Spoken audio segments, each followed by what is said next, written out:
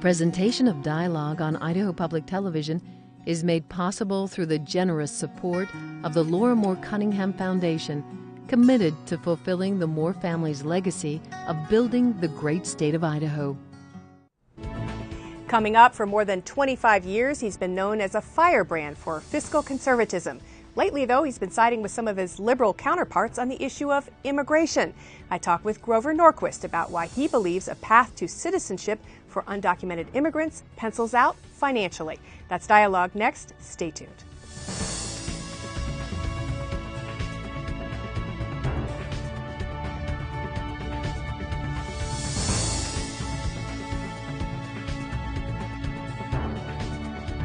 Hello and welcome to the 20th season of Dialogue. Kind of hard to believe. I'm Marcia Franklin, and thanks for tuning in over the years. My guest today is known as a crusader for small government, most famous for his Taxpayer Protection Pledge. Grover Norquist is the founder of Americans for Tax Reform, which started in 1985. It's been called, quote, the conservative movement's nerve center. All the candidates for federal and state office who sign ATR's pledge commit to opposing any tax increases. It's been both praised as a necessary measure to keep our fiscal situation in check and excoriated as a major contributor to partisan gridlock in Congress. All the members of Idaho's congressional delegation have signed the pledge.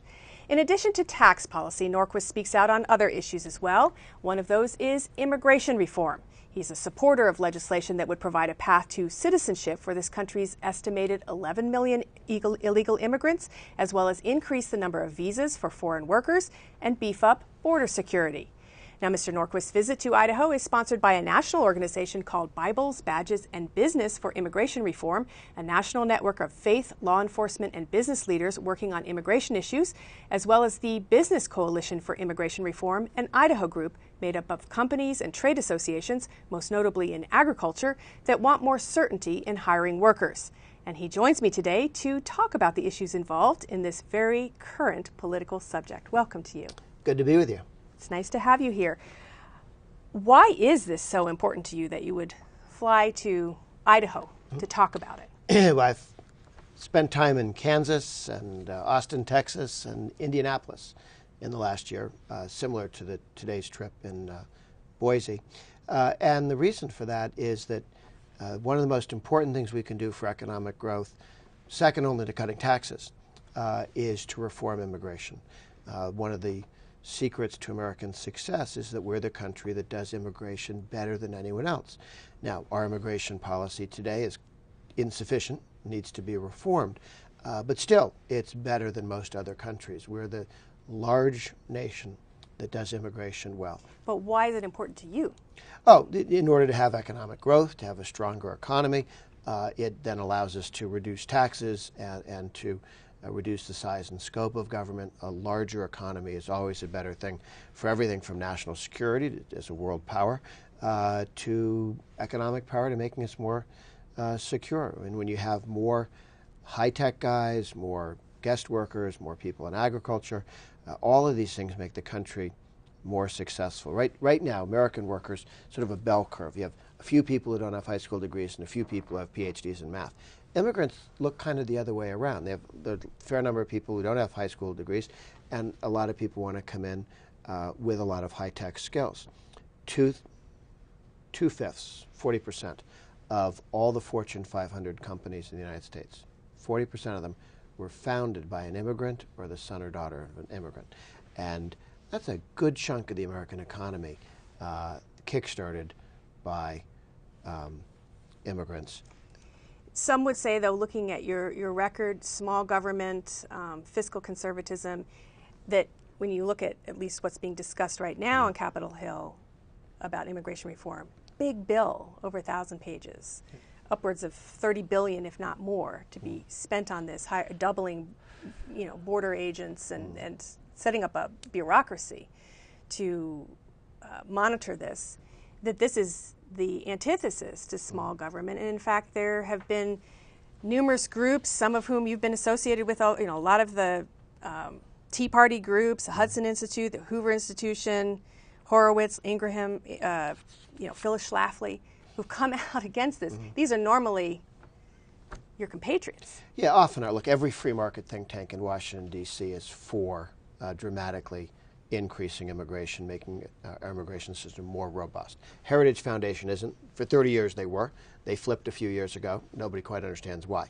But other than that, every free market group in town is supportive of immigration. If you understand economics, if you understand that a more mobile labor supply, more people are an asset, they're not a liability. Malthus, the one economist that everybody from the Marxists to the Hayekians understand is that Malthus was wrong. Okay, the idea that more people make us poorer. More people don't make you poorer. Not in a free society, not in an open society. Well, more people would use more resources eventually. More people create more resources. That's what we're a lot richer country. I mean, what Malthus thought was more people come in and they're all eating the same size pie.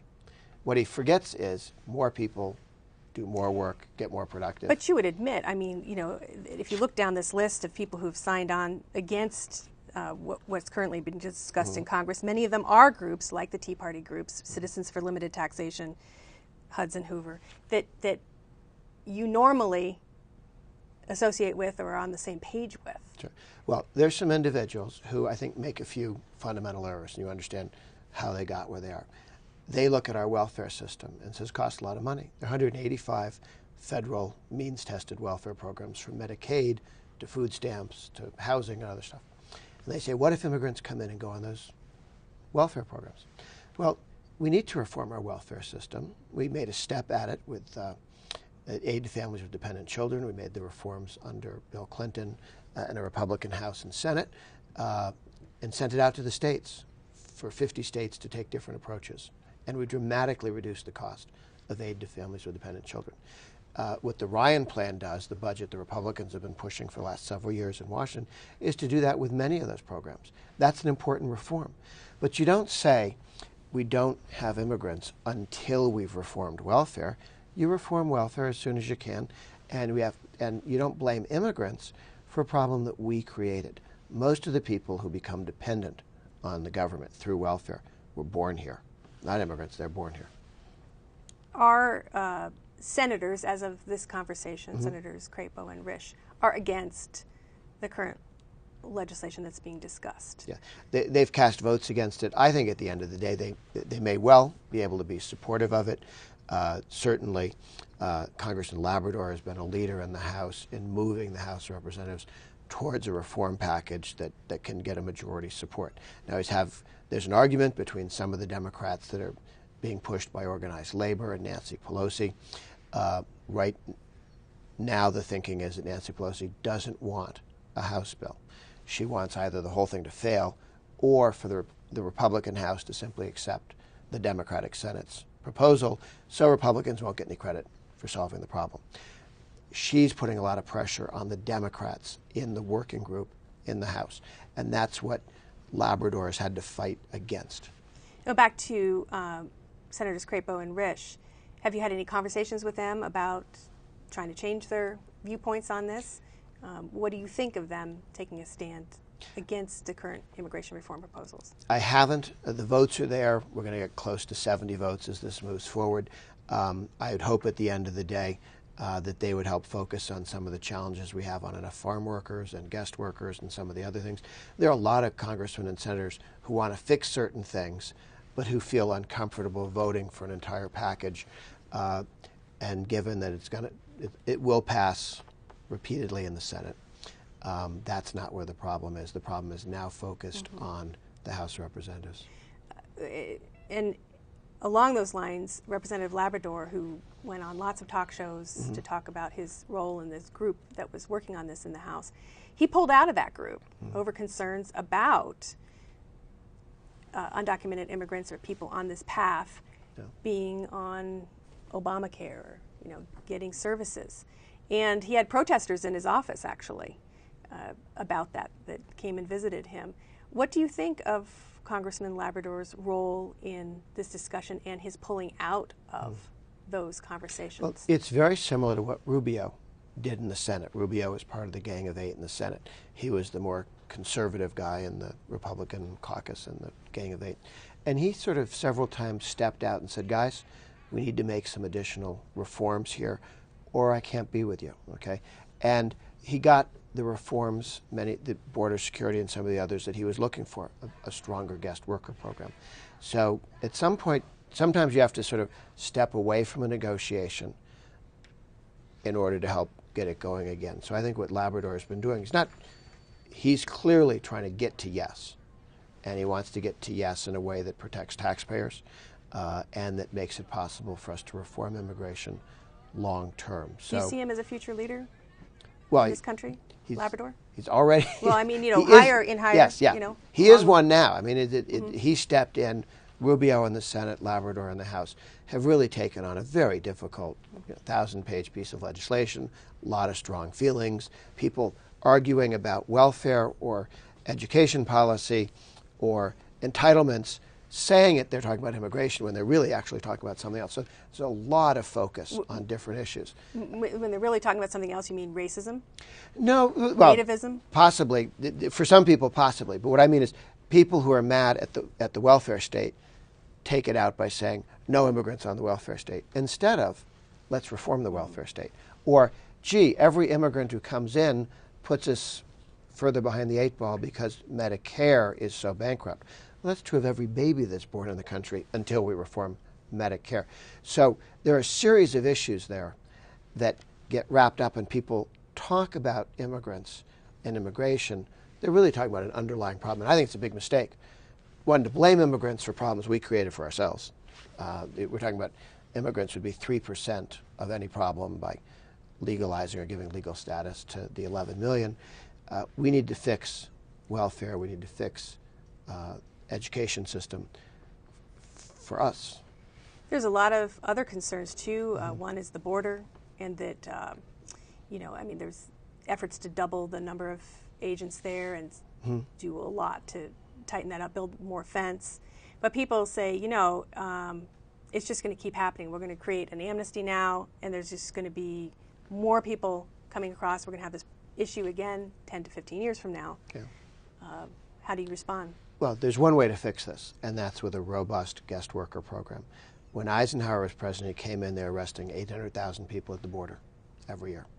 And he set up a guest worker program called the Bracero program, which allowed people to be matched up with jobs, come over, work, go home, come over and go work and come home. The number of people arrested at the border were 40,000 then. The only people who got arrested were people who came in without a job that they knew they had. When Kennedy, Johnson, at the behest of the labor unions, killed the program in the early 60s. The Bracero program. The Bracero program. They went back to 1 million people arrested at the border. So when you have a guest worker program, the border security drops as a serious issue. You want to have a wall and that sort of stuff? Okay, not particularly important. What's much more important is a guest worker program to stop illegal immigration. Let's go back to your original point that this is needed for economic growth and security. Talk more about that. Why do we not have enough workers in the United States of America for both the manual labor jobs that are being filled by some immigrants and the higher wage jobs that are being filled in some instances by foreign-born nationals coming here? What's going on? Yeah. Back in 1999, I was at a meeting with the 10 heads of the major trade associations, Chamber of Commerce, the Farmers Association, the retailers, restaurateurs, major trade associations. I was the taxpayer guy in the room. And everybody talked about what was important, and they actually realized that the most important thing to all of them was the lack of workers as the economy was growing in 99, 2000, and they were short hundreds of thousands of people, meaning they could expand businesses, but there were bottlenecks on labor. And when you can't expand because you don't have enough people, there are other people who could have other jobs in those same firms. But the firms never happen, the expansions never happen. Why aren't American workers, it seems like there are a lot of people out of work, so why aren't they taking these jobs? Well, there are different skills and different skill sets, and some people will take certain jobs and won't take other jobs. When you have more busboys, you can have more chefs. There are different jobs in any firm, or any small business or large business, and you need a little of everything. You need certain skills and manual labor and different levels of skills. And you can bring people in immediately as doctors or mathematicians, and there's H-1B visas that you can't when you want to wait 20 years to create somebody through a PhD system. That person has decided to go back to China, back to India. We can have a lot of the talent in the world here. Also, but what you're importing is not just talent, you're importing youth. The United States has a growing economy. We have a growing population. China and Japan are beginning to shrink in terms of their total workforce. They're not having as many children, and they can't, for cultural reasons, do immigration. Some of our fiercest competitors will never have significant immigrant populations. India, China, Japan, Russia, Germany, they just can't do that. It's a big advantage we have over the whole rest of the world. We're younger than the rest of the world. We're going to stay younger than our competitors, and we can bring a lot of talent in. It seems to me, though, that there's also an issue of why aren't we producing enough of our own workers in those STEM fields, or whatever you want to call it, at the top end, and why aren't people taking jobs at the other end? I mean, it still seems like that's part of the issue to me. What about the argument that this is going to depress wages, that the real reason that the Chamber of Commerce, that businesses, farm businesses want to do this is to bring low-wage workers into the workforce? Well, that's been organized labor's, the labor union's position for 50 years. The opponents of a robust immigration policy have been the AFL-CIO and the various labor union forces, including Cesar Chavez. He was the original guy saying, stop letting these people across the border. He had a union that he was trying to run. So unions have always taken the Malthus view that more people means competition and the pie doesn't get bigger. And they're just wrong. They don't understand economics.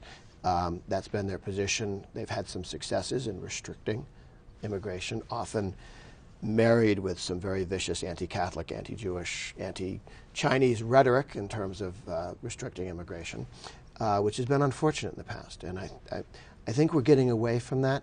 And even some of the unions are somewhat supportive of this reform. Do you buy the argument, though, that it depresses wages? No. There used to be 3 million Americans. Now there are 300 million Americans. We're a lot wealthier with 300 million people in the country rather than 3 million people in the country. People are an asset, not a liability. When you bring more people into a free society, they produce more than they consume. They build. They're not just takers. And they pay more taxes. And they pay more taxes, yeah. The Congressional Budget Office just did a study about what would happen if a bill like the one that's moving through the Senate and the House were to pass. And they said for the next 20 years, which is as far as they were comfortable looking at and predicting, they said the federal government gets more money out of all the taxes that these people pay. When we did amnesty in '86, the average person who was undocumented and then was given legal status, they increased their wages about 15%. Why? Because they could get a car, they could drive around, they could change jobs, they could be more productive, they would invest in human capital. The same thing will happen with individuals today. Can you imagine how successful could you or a sibling be or a child be if you said, go out and make what you can out of the world, but you can't drive a car legally? Really? Well, some would say they came to this country illegally. Yeah. So that's why they can't drive a car legally, because they broke the law and they came in. And so what kind of message are we sending when we tell people that, millions of people that came here illegally, hey, you can stay? Well, two things. First of all, at the border, we have one sign that says help wanted, and there's a sign next to it saying don't cross this line. Which sign were people supposed to pay attention to? The real one, which was their jobs and opportunities that available and people cross the border to get them, or the sign that says technically you're not supposed to do this. Now, at the end of the day, we've been through this once before. We used to have a 55-mile-an-hour speed limit. There had a lot of illegal driving going on. Okay, people didn't say, the most important thing is rule of law. We must first arrest everybody who's ever driven 60 and 65 mile an hour. Those are real laws, okay, with higher penalties, by the way, than crossing the border without permission. These are laws. You can go to jail for speeding. Big fines for speeding. No fines for crossing the border illegal. So this is serious law. And we said the law is not reasonable. We have 55-mile-an-hour law for highways built for 75 and 80-mile-an-hour conditions. And so we changed the law to allow people to drive faster, and then we enforce the law. What we have is immigration over the last 20 years, a 55-mile-an-hour immigration. They only allow 5,000 people to do low-skilled work. Yeah, We needed 500,000. So it's going to go up to 20,000 and then up to 75. It's not enough, but it's a big improvement. So why not just open the borders? Why even create numbers? Why not just have it? Well, what you want to do is have some sense of who's coming across the border, and the best way to do that is to make sure that when there are jobs available, you put the jobs and the people together. You could have somebody do thumbprints and so on, and that's what a lot of the border security in this bill is. For people who think we don't have enough border security, this bill is a huge improvement over where we've been. As I understand it, it'll be 10 years before a potential citizen can even apply. It's tied to, what is it, affecting 90% of apprehensions or whatever. So there's a lag time. It's not going to all happen immediately. Oh yes, well, and two things. If somebody's been here, 65% of the people who are here without permission, been here for 10 years. So they're part of the country. They're the friends of your children at school. They're your coworkers. They're people that you see every day. Well, if you say to them, you can now legally stay, and I think you get to stay for 5 or 6 years, then you have to check in again, and you got for permission to stay another 5 years. For 10 years, you can't get any federal welfare benefits at all. And you have to prove that you've been employed that whole time and making sufficient money that should never be awarded the state. So you're talking about, and then you can apply for a green card. And then you wait for 3 years. For a green card, and then you wait for 3 years or more. So nobody's been given a lot of stuff. That's a big bureaucracy, Mr. Norquist, to monitor all that. It's a lot less expensive than trying to deport them. I'm intrigued that you think that it won't end up costing more money, either in some sort of revenue, to administer this program. There are fines. People who cross the border without permission have to pay at least $1,000, $1,500 in fines. Those fines cover the costs of managing the program and beefing up the border. Let me ask you, time goes so short here, but there's concern about E-Verify. You mentioned thumbprints and everything, that this will become a national ID card. I know Senator Crapo's concerned about this, that it's going to affect people who are, everybody, all Americans. Yeah. Same concerns about this internal? Yeah, I'm more comfortable with border security than the internal security questions. I think it makes us look a little too much like East Germany. I don't want people wandering around with papers like World War II movies or something. So is this part of compromise? Yeah, it's part of the compromise. And there are two parts with E-Verify. You say to a business, you're in big trouble if you hire someone who's illegal. And here's E-Verify. But 1% of the E-Verify or 0.1% of E-Verify will be wrong. And since there are hundreds of millions of new people changing jobs every year, millions of false negatives and false positives will happen.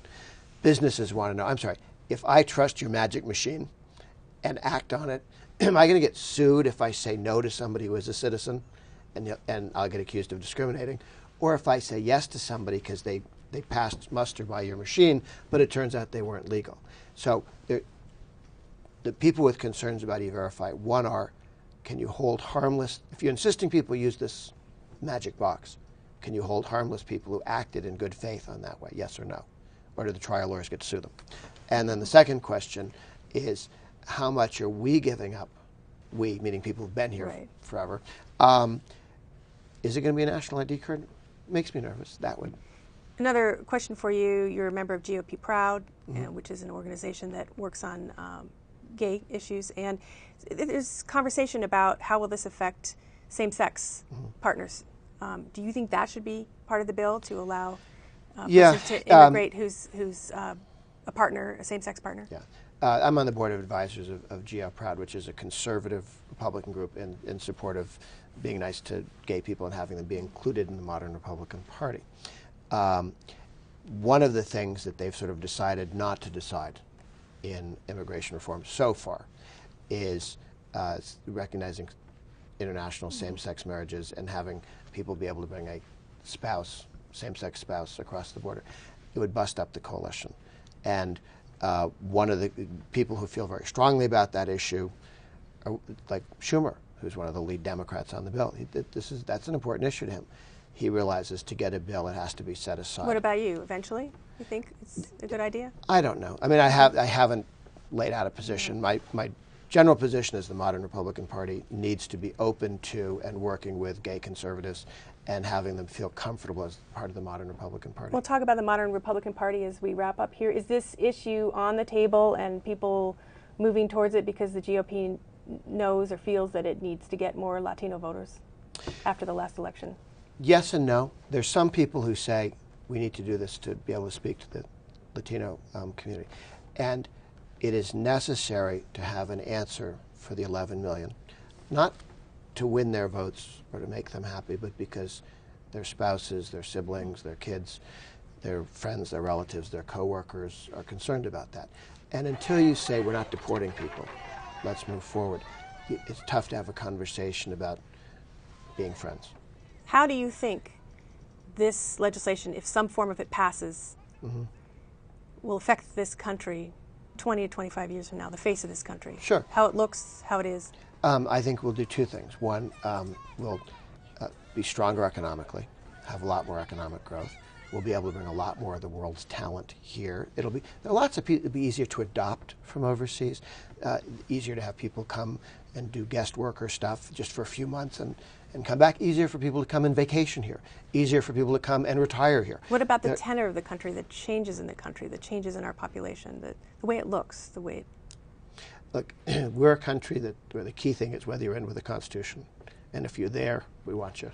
So I think it'll continue the country being a country based not on a religion or a race or an ethnic group, but on a commitment to freedom, and that's what we want. People who want that, we want them here. Any predictions for how this is going to go in the House? I think it's going to. We will 5 or 6 times think it's all fallen apart, as we did in the Senate. As we have on the House working group that Labrador has been active in, it's going to fall apart. No, it isn't, and they keep trying to keep it back together. And because there's so many moving parts, the good news is most people in the House and Senate know we need to do something just like this in this zone. Everybody would like it to go 10% further in one direction or a different direction, and they'll threaten to walk away if they don't get their way. It's like guys at a bazaar negotiating for the best price. But it's not one price and 2 people, it's several hundred people, and there are many moving parts. So it's going to look like it's going to fall apart, and then it'll be back together again. It'll look at least 5 or 6 times. I think at the end of the day, we'll get a bill that is a significant improvement over where we are today. And I'll be able to tell you the 10 things that are wrong with it, meaning that where it isn't good enough. And somebody on the left would tell you their list of 10 things where it isn't good enough. But we would all be able to agree as Americans that the country's stronger for moving in this direction. Well, thank you for taking time to talk about this issue. Very intriguing to hear from you on something that we don't normally hear you talk about. You've been listening to Grover Norquist. He is the founder of Americans for Tax Reform. I'm Marcia Franklin. Thanks for tuning in to this edition of Dialogue.